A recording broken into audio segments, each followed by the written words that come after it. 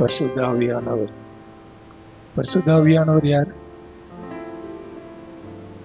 பரிசுத்த ஆவியானவரே தெரியல. இயேசு யாருன்னு கேட்ட சொல்லுவோம், இயேசு 5 அப்பமோ 2 மீனும் உண்டு. ஆமா, அப்படி செய்வார். அதாவது பழைய ஏற்பாட்டு காலத்துல பிதாவாகிய தேவனுடைய காலம், சுவிசேஷங்கள்ல இயேசு கிறிஸ்துவின் கிரியைகள். இயேசு தேவன் தான், ஆனா மாம்சத்துல வெளிப்பட்டதுனால அவருக்கு பேர் இயேசு. ஸ்தோத்திரம். இயேசு போன பிறகு போகும்போது சீசர்கிட்ட சொல்லிட்டு போனார். என்ன சொல்லிட்டு போனார்? நான் உங்களை திக்கெட்டோட விட மாட்டேன், நான் போறேன்னு நினைச்சு நீங்க கவலைப்படாதீங்க. நான் போறது உங்களுக்கு ரொம்ப பிரயோஜனம். நான் போறது உங்களுக்கு ரொம்ப பிரயோஜனம். ஆமா, நான் போகலன்னா அவர் வரமாட்டார். நான் போறேன், அப்போ பிதாவை வேண்டிக் கொள்வேன். அவர் என்ன பண்ணுவாரு? வேறு ஒருத்தர் அனுப்புவார். சீசர்கள்லாம் நினைக்கிறாங்க, ஐயோ இயேசு போறாரா, 5 அப்போ 2 பேருக்கு என்ன எங்க போறதுக்கு, பிசாசை எப்படி துரத்துறது அப்படின்னு நினைச்சிட்டு இருக்கும்போது சொல்றாரு, நான் போறேன், நான் போய் இன்னொருத்தரை அனுப்ப போறேன். அவரை நீங்க பெற்றுக்கொண்டீங்கன்னா, அவரு உங்க கூட இருந்தாருன்னா, நீங்க எதுக்குமே, அவர் எப்பவுமே எப்படி வரா, அவர் தேற்றவாளன், உங்களை தேற்றுவார், உங்களுக்கு துணையா இருப்பார், உங்களை சகல சத்தியத்துக்குள்ளே நடத்துவார். அவர் திருத்துவத்தில் 3வது நபர். நாம் ஆராதிக்கிற தேவன் பிதா, குமாரன், பரிசுத்த ஆவியானவர். பரிசுத்த ஆவியானவர் தான் இன்றைக்கு நமக்குள்ள கிரியை செய்கிறார். இன்னைக்கு உங்களை கொண்டு வந்து சேர்த்தது யாருன்னா பரிசுத்த ஆவியானவர். நிறைய பேருக்கு இன்னைக்கு போகணுமா வேண்டாமன்னு தான் நினைச்சிங்க. என்ன சிலவங்க தலையை பிடிச்சி 2 பேர் தள்ளதுனால வந்துக்கிட்டு இருக்கீங்க, வந்து அப்படியே ஊமை மாதிரி உட்கார்ந்துட்டு இருக்கிறீங்க. இதுக்குள்ள யார் தள்ளதுன்னா ஆவியானவர். ஆவியானவர் இல்லாம யாருமே இயேசுவை கிறிஸ்துன்னு அறிக்கை பண்ணவே மாட்டாங்களாம். இயேசு எனக்காக மரித்தார்னு சொல்லவே மாட்டாங்க. ஸோ அந்த ஆவியானவர் குறித்து தான் இந்த மாதம் முழுவதும் நம்ம தியானிக்க போறோம். அந்த ஆவியானவர் இல்லாம இருந்தா நம்முடைய வாழ்க்கை ஒரு ஆவிக்குரிய வாழ்க்கையா இருக்காது. அபிஷேகம் பெறாதவங்க வாழ்க்கை ஒரு ஆவிக்குரிய வாழ்க்கையா இருக்காது. பூமிக்குரிய வாழ்க்கைக்காக தேடுற வாழ்க்கையா இருக்கும். ஆவியானவர் இருந்தால்தான் நீதியை குறித்து, சத்தியத்தை குறித்து, நியாய தீர்ப்பை குறித்து, பாவத்தை குறித்து கண்டித்து உணர்த்துவார். பாவம் செய்துகிட்டே இருக்கிறோம், கர்த்தருடைய பந்தியிலையும் பங்கு பெறுறோம், பாவமும் செய்யறோம், ஆனா என்ன இல்லை, உணர்வு இல்லை. ஏன்னா ஆவியானவர் இல்லை. ஆவியானவர் இருந்தா உணர்த்துவார். ஆவியானவர் இருந்தா நான் ஒரு சின்ன தவறு பண்றேன்னா என் மனசாட்சியில இருந்து உணர்த்திக்கிட்டே இருப்பார். நீ யாரு, நீ யாரு, நீ தேவனுடைய பிள்ளை, நீ இதை செய்யலாமா அப்படின்னு கேட்பார். செய்த பிறகும் மனத்திருந்த வைப்பார், உணர்த்துவார். நியாய தீர்ப்பு இருக்குன்னு சொல்லி உணர்த்துவார். அந்த பயப்படுதலை தருவார். கர்த்தருக்கு பயப்படுகிற பயத்தை தருவார். அல்லேலூயா, அல்லேலூயா, ஆமென். அதே நேரத்துல நம்மளையும் ஆசீர்வதிக்கிற ஒருவர். அல்லேலூயா. இன்னைக்கு செழிப்பாக்கும் அபிஷேகம் அப்படிங்கிற தலைப்புல ஆவியானவர் இருந்துன்னா நம்முடைய வாழ்க்கை செழிப்பாய் மாறும் அப்படின்னு சொல்லி கர்த்தருடைய செய்தியை நான் உங்க கூட கொஞ்ச நேரம் பகிர்ந்து கொள்ள போறேன். நேரமா ஆகிட்டதுனால ஒரு பிரீஃபா கொஞ்ச நேரம் தான் உங்களோட பகிர்ந்து கொள்ள போறேன். வாசிங்க. அதுக்கு ஆதாரமா ஏசாயா தீர்க்கதரிசியின் புஸ்தகம் 32ஆம் அதிகாரம் 15வது வசனத்தை வாசிங்க. ஏசாயா தீர்க்கதரிசி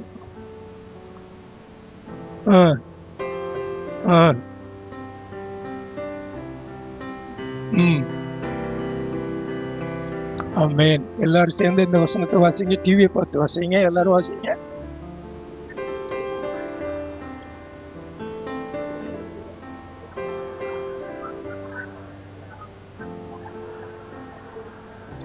Praise the Lord. இது எத்தனை பேருக்கு வேணும்னு நினைக்கிறீங்க? அல்லேலூயா. ஆமென். உன்னதத்திலிருந்து நம்மேல் ஆவி ஊற்றப்படும் மட்டும் அப்படியே இருக்கும். அப்படியே இருக்கும். எப்படியே இருக்குமா? பின்னால சொல்லப்பட்டது வனாந்தரமாகவே இருக்கும். வனாந்தரமாகவே இருக்கும். ஆவியானவர் அபிஷேகத்தை பெறும் வரைக்கும் ஒரு கிறிஸ்தவனுடைய வாழ்க்கை இல்லைன்னா ஒரு தேவனுடைய பிள்ளையுடைய வாழ்க்கை எப்படிதான் இருக்கும்? வனாந்தரமாகவே இருக்கும். நான் சர்ச்சுக்கு போறேன், என்னத்தை கண்டான், நான் சர்ச்சுக்கு வந்தேன், எனக்கு ஒன்றும் நடக்கல, ஏதோ சர்ச்சுக்கு வந்துட்டு போறேன் அப்படின்னா வேதம் சொல்லுது, உன்னதத்திலிருந்து நம்மேல் ஆவி ஊற்றப்படும் வரைக்கும் அப்படியே இருக்கும், வனாந்திரமாகவே இருக்கும். ஆவியானவர் தான் மாற்றத்தை கொண்டு வருகிறவர். ஆவியானவர் வந்தா நீ வேறு மனுஷனா மாறிடுவான். அல்லேலூயா. அபிஷேகம் பெற்றவன் வேறு மனிதனாய் மாறுவான். அல்லேலூயா. நம்ம ஒரு வீட்டுல எல்லாரும் பெயிண்ட் அடிச்சிருக்காங்க வச்சுக்கோங்களேன், ஒரு வீடு மட்டும் என்ன சொல்றவங்க அடிக்கிற கலர்னு சொல்லுவாங்க இல்லையா, அடிக்கிற கலர் அப்படின்னு சொல்லுவாங்க இல்லையா, அந்த அடிக்கிற கலர் தான் ஆவியானுடைய அபிஷேகம். 10 பேர் இருந்தா ஒருத்தன் அபிஷேகம் பெற்றவன்னா வித்தியாசமா வாழ்வோம். ஆமென். அந்த பலனை தருகிறவர், அந்த வல்லமையை தருகிறவர் பரிசுத்த ஆவியானவர். அல்லேலூயா. ஆமென். அபிஷேகம் உன் வனாந்திரமான வாழ்க்கையை செழிப்பாய் மாற்றும். அல்லேலூயா. வனாந்திரம்னா என்ன? வனாந்திரம்னா என்ன? அதுக்கு ஒரு அருமையான ஒரு வேத வார்த்தை இருக்கு, வனாந்திரம்னா என்னன்னு சொல்லி. எரேமியா தீர்க்கதரிசன புஸ்தகம் 6ஆம் அதிகாரம் 2வது வசனம். இப்ப நான் சொல்றதெல்லாம் உங்க வாழ்க்கையில இருக்காதுன்னு பாருங்க. இது மாறுவதற்கு தான் ஆண்டவர் இன்னைக்கு உங்க கூட பேசிட்டு இருக்கிறார். உங்களை செழிப்பாய் மாற்றுவார். அல்லேலூயா. வனாந்திரம்னா என்ன? எரேமியா 6ஆம் அதிகாரம் 2ஆம் அதிகாரம் 6ஆம் அதிகாரம் இல்ல, 2ஆம் அதிகாரம் 5வது வசனம். எரேமியா 2:5. கர்த்தர் சொல்லுகிறது என்னவென்றால், நல்லா கவனிங்க, நல்லா கவனிங்க. எப்படிதான் வனாந்திரம்னா அவாந்திர வெளி, பள்ளங்கள் உள்ள தேசம், வறட்சி உள்ள இடம், மரண இருள், ஒரே பயம் உள்ள இடம், ஒருவனும் கடவாமலும் ஒரு மனுஷனும் குடியிராமலும் இருக்கிற தேசமான வனாந்திரம். வனாந்திரம் எப்படி இருக்குமா? என்ன கவனிக்கிறீங்களா எல்லாரும்? இப்ப என்ன கவனிங்க. வனாந்திரங்கிறது எப்படி இருக்குமா? வனாந்திரங்கிறது எப்படி இருக்குமா? அவாந்திர வெளி. அவாந்திர வெளின்னா என்ன? எங்க பார்த்தாலும் ஒண்ணுமே இல்லை, ஒண்ணுமே இல்லை. என்ன பண்றேனே தெரியல, என்ன பண்றதுன்னே தெரியல, எதிர்காலத்தை நினைக்கவே முடியல என்ன சொல்லுவாங்களே, கண்ணை கட்டி அப்படி இருக்குது. என்ன பண்றேனே தெரியல.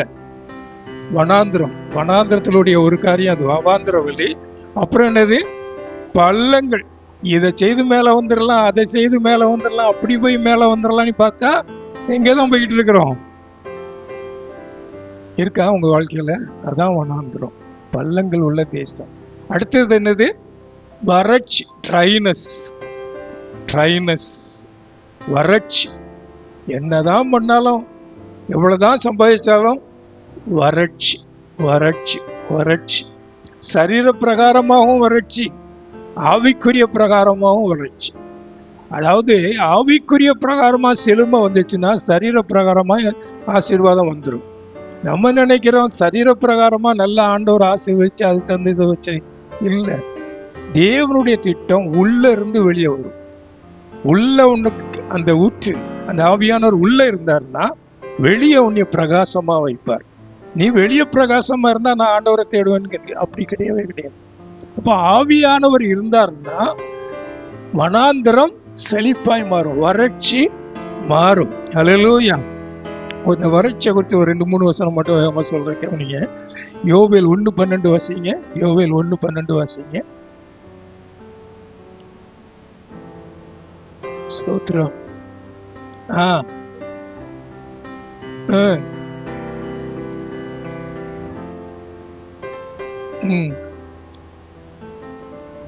சந்தோஷம் மனுபுத்திரர் விட்டு ஒளிந்து போயிற்று.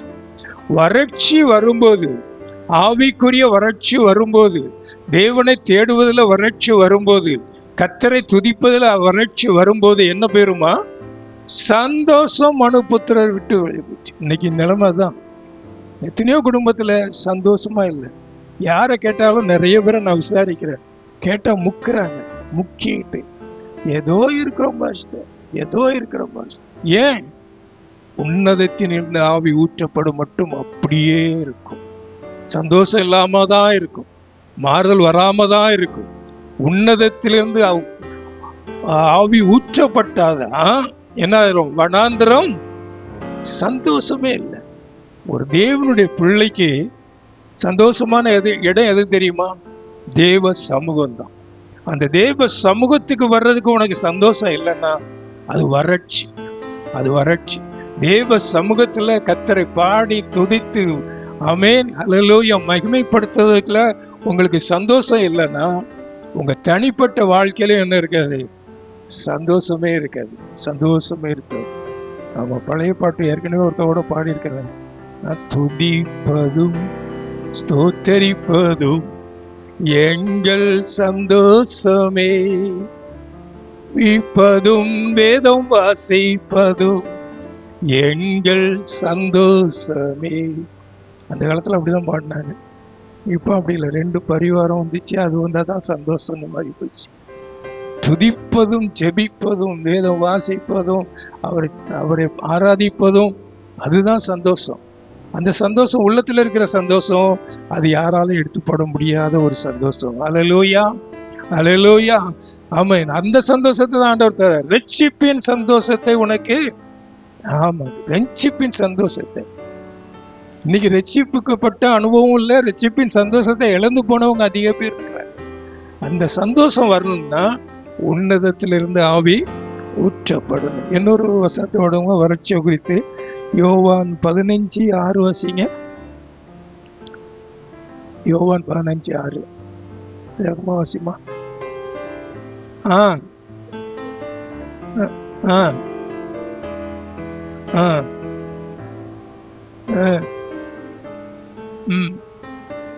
ஆமென். உலர்ந்து போகிற ஒரு அனுபவம். அவன் எரியுண்டு உலர்ந்து போவான். அதாவது என்ன கவனிங்க, இப்ப என்ன கவனிங்க, நிலைத்தே இருக்க முடியல. ஆண்டவருக்காக இதை செய்ய போறேன்னு சொல்லுவோம், ஆனா உருப்படியா கடைசி வரைக்கும் செய்ய முடியாது. ஆண்டவருக்காக வாழ்வேன்னு சொல்லி தீர்மானிப்போம், நிலைத்திருக்க முடியல, உலர்ந்து போறோம். உலர்ந்து போகிற அனுபவம் அதான் வனாந்திரம், வறட்சி. உலர்ந்து போகிற கர்த்தருக்காக நான் இதை செய்வேன், ஆமென், கர்த்தருக்காக நான் அப்படி வாழ்வேன் அப்படின்னு சொல்லி தீர்மானம் பண்ணுவாங்க. ஆனா உலர்ந்து போகிற அனுபவம். கணவன் மனைவிமா நல்ல சந்தோஷமா குடும்ப வாழ்க்கையை ஆரம்பிப்பாங்க, கொஞ்சம் கொஞ்சம் நாளாக்கா எப்படி போயிருது? உலர்ந்து போற, அதான் வறட்சி. வறட்சி, வனாந்திரம். அந்த வறட்சி மாறும்னா நீ ஜெபம் பண்ண மாறாது. உன்னதத்திலிருந்து ஆவி ஊற்றப்படும் போது வனாந்திரம் செழிப்பாய் மாறும். அல்லேலூயா. அபிஷேகம் ரொம்ப முக்கியம், அபிஷேகம் ரொம்ப முக்கியம். அல்லேலூயா, ஆமென், ஸ்தோத்திரம். இன்னொன்னு வாசிங்க, சங்கீதம் 102:4 வாசிங்க. உலர்ந்த இருதயம் உலர்ந்து போயிட்டு. சீக்கிரமா வாசிங்க. சங்கீதம் 102. போதும். என்ன கவனிங்க, என்ன கவனிங்க, இருதயம் புல்லை போல வெட்டுண்டு உலர்ந்தது. அல்லேலூயா. இயேசு சொன்னார், என்னை விசுவாசிக்கிறவனுடைய உள்ளத்திலிருந்து என்ன வருமா? ஜீவ தண்ணீர் உள்ள நதி. ஆமா, அப்படின்னா ஜீவ தண்ணீர் உள்ள நதினா என் உள்ளத்துக்குள்ள, இருதயத்துக்குள்ள நான் இயேசுவை விசுவாசிக்கிறேன்னு சொன்னா, பக்கத்துல இருக்கிறவங்களை பார்த்து சொல்லுங்க, நான் இயேசுவை விசுவாசிக்கிறேன்னு சொன்னா எனக்குள்ள ஒரு ஊற்று இருக்குது, அது ஜீவ தண்ணீர் உள்ள ஊற்று. அது ரட்சிப்பின் சந்தோஷத்தினால நான் மொண்டு மொண்டு குடிக்கிற ஊற்று. அல்லேலூயா. அது என்ன ஆயிடுச்சு? அடப்பட்டு போச்சு. இந்த உலகத்தையே பார்த்து, இந்த உலகத்துக்குரிய காரியங்களுக்காகவே ஓடி, தேவ சமூகத்தை விட, தேவ பிரசனத்தை விட உலகம் முக்கியம், உலகத்தின் காரியங்கள் முக்கியம் நீ ஓடி என்ன பண்ணுச்சா? இது அடப்பட்டு போச்சு. அதனால என்னாச்சு? இதையும் உலர்ந்து போயிற்று, உலர்ந்து போயிற்று. அல்லேலூயா. உணர்ந்த அனுபவம். மறுபடியும் எரேமியா 2:5 போடுமா? அது எப்படிப்பட்ட இடமா? அவாந்திர வெளி, பள்ளங்கள், வறட்சி, அதுக்கப்புறம் மரண இருள். மரண இருள். ஒரே பயம், ஒரே பயம். பிள்ளைகளை குறித்தும் பயம், கணவனை குறித்தும் பயம், மனைவியை குறித்தும் பயம், படிப்பை குறித்தும் பயம், எதிர்காலத்தை குறித்தும் பயம். ஒரே இருள். இது என்ன அனுபவம்? வனாந்த அனுபவம். என்ன நடக்குமோ தெரியலையே, என்ன ஆயிருமோ தெரியலையே. கொரோனான்னு சொல்றாங்க, மறுபடியும் லாக் அவுட் போட்டுருவானா? மாஸ்க் போடணும்னு சொல்றாங்களே, மறுபடியும் ஏதாவது ஆயிருமா? ஒரே பயம், வனாந்திரம். அதுக்கப்புறம் ஒருவரும் கடவாமலும். ஆமா, பார்த்தா ஒருத்தர் கூட என்கிட்ட பேச மாட்டேங்காங்க. சொந்தக்காரங்கள்லாம் என்னை விட்டுட்டு போயிட்டாங்க.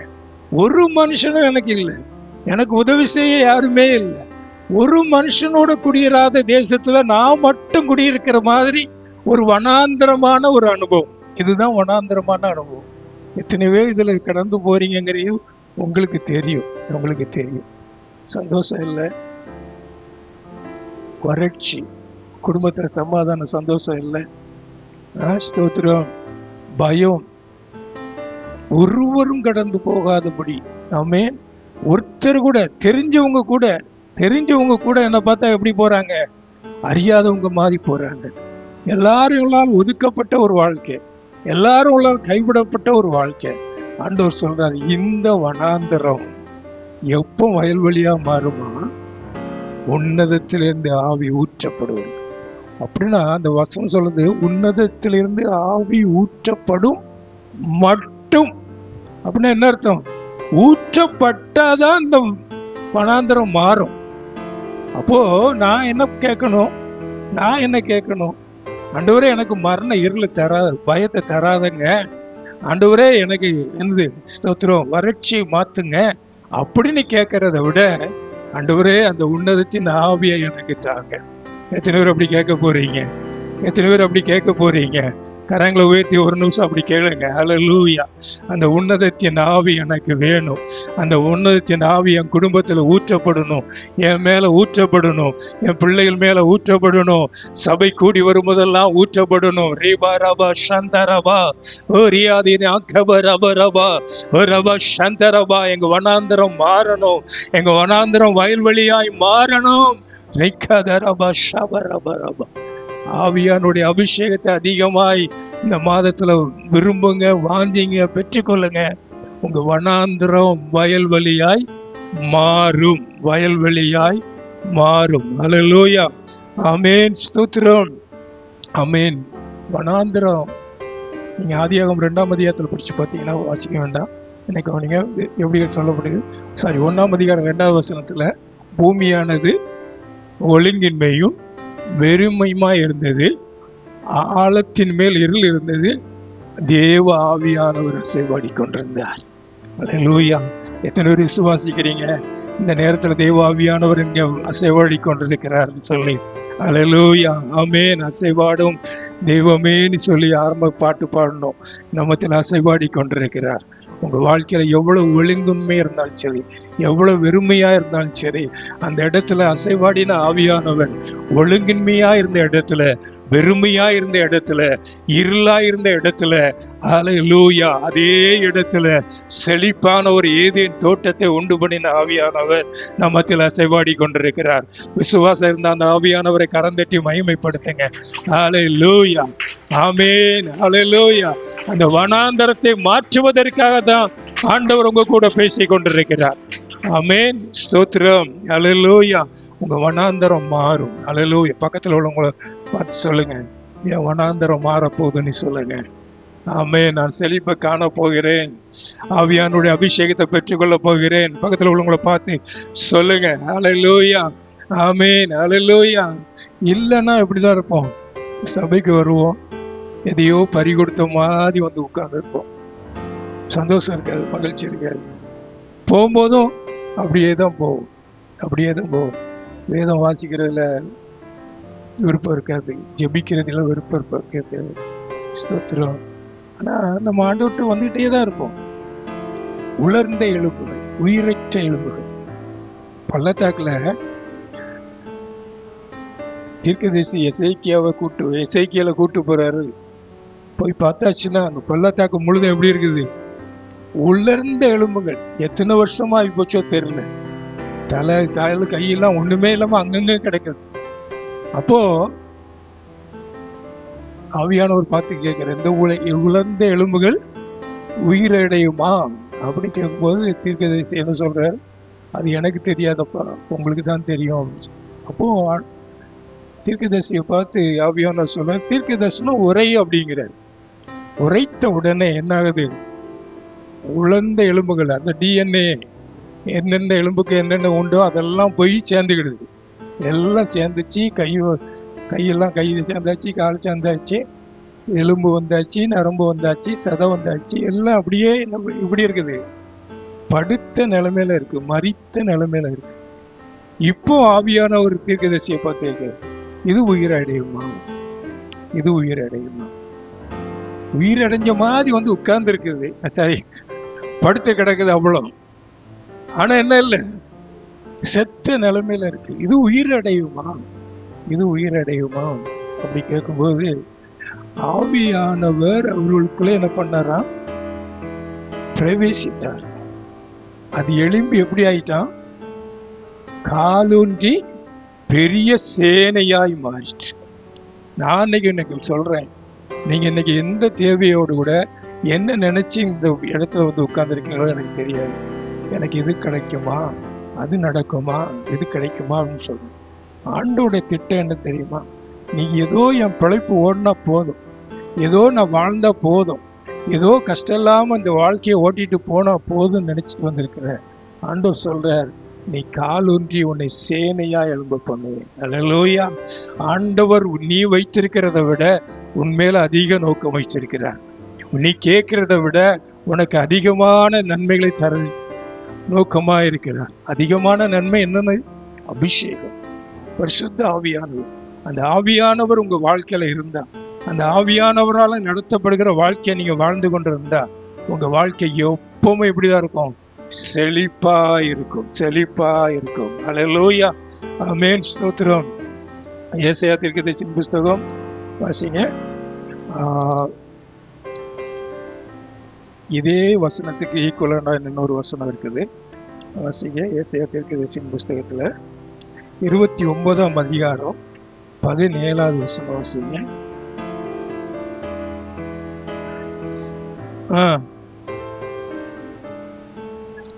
இன்னும் கொஞ்ச காலத்தில் அல்லவோ, இங்க சொல்லப்பட்டது இன்னும் கொஞ்ச காலத்தில் அல்லவோ லீபனோன் செழிப்பான வயல்வெளியாய் மாறும், செழிப்பான வயல்வெளி காடாக மாறும். அந்த கொஞ்ச காலத்துக்கு அப்படி சொல்லப்படுது. அங்க எப்படி சொல்லப்படுது? உன்னதத்திலிருந்து ஆவி ஊற்றப்படும் மட்டும் வனாந்திரம் ஊற்றப்பட மட்டும் வனாந்திரம் செழிப்பான வயல்வெளியாய் மாறும், செழிப்பான வயல்வெளி காடாக எண்ணப்படும் சொல்லப்படுது. இன்னும் கொஞ்ச காலம். இயேசு தம்முடைய சீசர்களை பார்த்து சொல்றாரு பாருங்க. அப்போஸ்தலர் 1:4 வாசிங்க. என்ன 1:4 வாசிங்க. அப்போஸ்தலர் 1:4. இயேசு சீசர்களை நோக்கி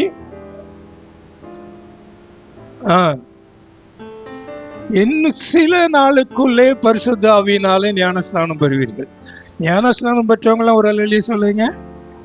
பரிசுத்த ஆவியினால் ஞானஸ்நானம் பெற்றவங்க பரவாயில்ல, ஸ்தோத்திரம். நிறைய பேர் என்ன அபிஷேகம் பெறல. அதனாலதான் இந்த வறட்சி, அதனாலதான் ஆவிக்குரிய காரியத்துல இன்ட்ரெஸ்ட் இல்லை, அதனாலதான் எத்தனை வருஷமா வந்தா கூட ஒரு ஆத்மாவை குறித்த பாரம் இல்லை.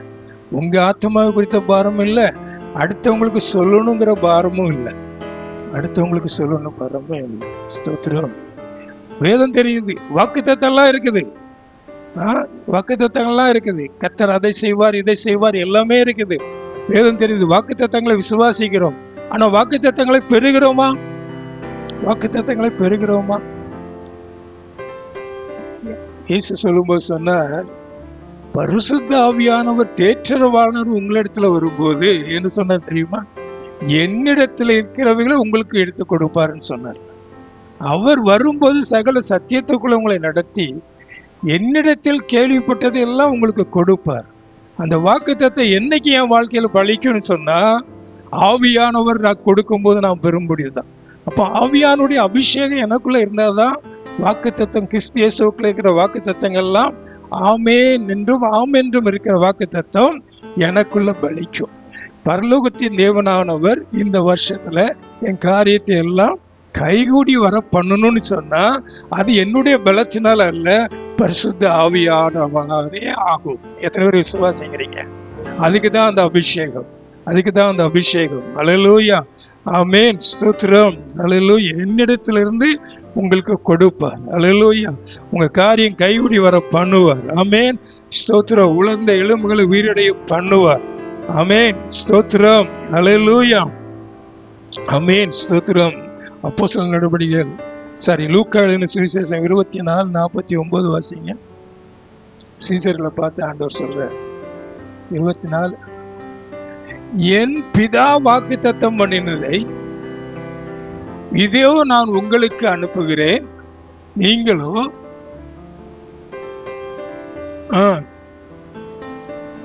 ஆமென். சீசர்களை பார்த்து ஆண்டவர் பரத்துக்கு எடுத்துக்கொள்ள போவது சொல்றாரு. என்ன கவனிங்க, பைபிளை பார்க்காதீங்க, என்ன கவனிங்க.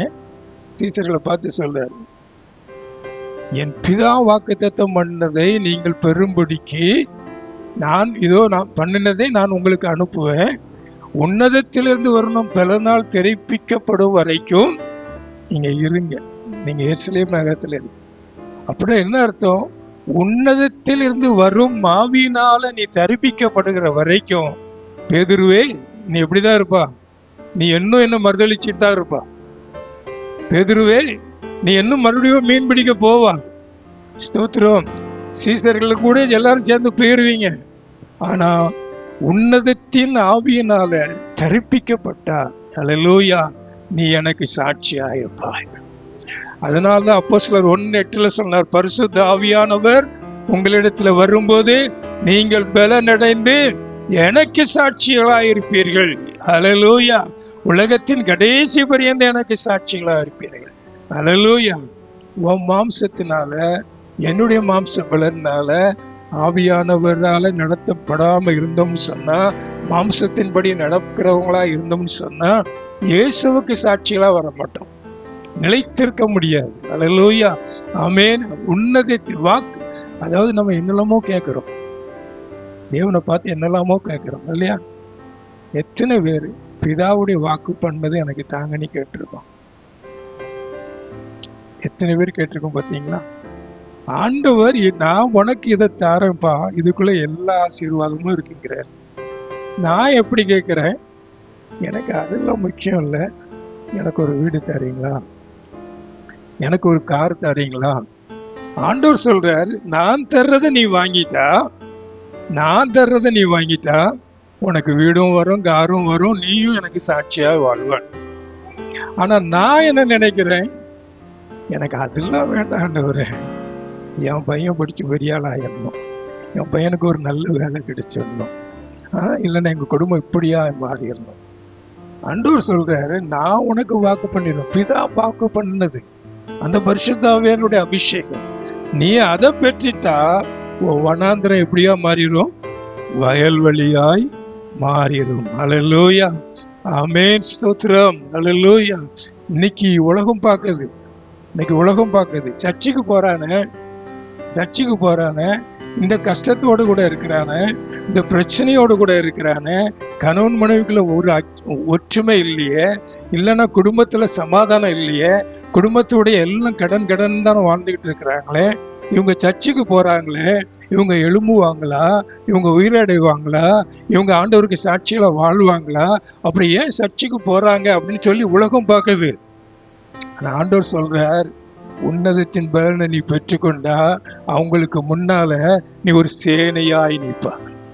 எத்தனை பேர் அப்படி வாழ விரும்புறீங்க? அப்படி விரும்புறவங்க மாத்திரம் ஒரு அல்லேலூயா சொல்லுங்க. அந்த விரும்புறவங்க மாத்திரம் கரங்களை உயர்த்தி, ஆண்டவரே, அந்த உன்னதத்தின் பலன், பிதாவுடைய வாக்குத்தத்தம் எனக்கு வேணும். அல்லேலூயா. ஆமென். கடைசி ஒரே ஒரு சம்பவத்தை சொல்லி முடிச்சிடுறேன். சவுல் ராஜா, அவர் தான் முதல் இஸ்ரவேல் ராஜா. அவர் முத எதுக்கு போனார் தெரியுமா? அப்பா வீட்டுல கழுது காணாம போச்சு. கழுதை கிடைக்கும்னு சொல்லி தேடிக்கிட்டு போனார்.